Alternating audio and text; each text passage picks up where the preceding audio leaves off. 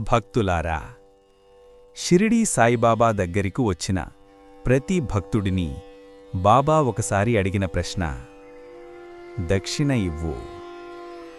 కొంతమందికి ఈ విషయం ఆశ్చర్యంగా అనిపిస్తుంది. ఒక మహాయోగి, ఒక సద్గురు అయినా ఎందుకు భక్తుల దగ్గర దక్షిణ కోరేవారు? ఈరోజు ధుని ధ్వని కార్యక్రమంలో ఆ రహస్యాన్ని తెలుసుకుందాం. బాబాకు డబ్బు అవసరం లేదు.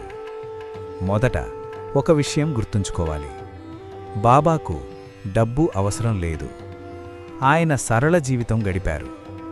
బాబా దగ్గరికి వచ్చిన దక్షిణను తన వద్ద ఉంచుకోకుండా పేదలకు, అన్నదానానికి, అవసరమైన వారికి ఇచ్చేవారు.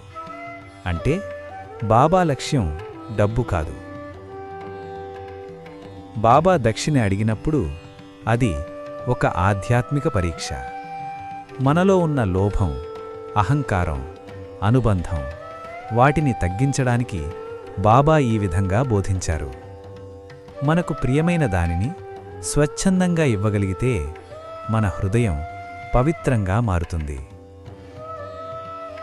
సాయిబాబా నిజంగా కోరింది డబ్బు కాదు. ఆయన కోరింది మన అహంకారం, మన లోభం, మన అసూయ.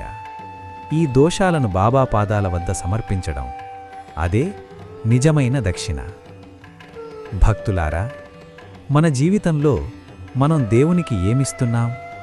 డబ్బు మాత్రమే కాదు, మన చెడు భావాలు, మన బలహీనతలు, వాటిని విడిచిపెట్టడం, అదే సద్గురువుకు నిజమైన దక్షిణ. షిరిడీ సాయిబాబా దక్షిణ ద్వారా భక్తులకు గొప్ప బోధ ఇచ్చారు.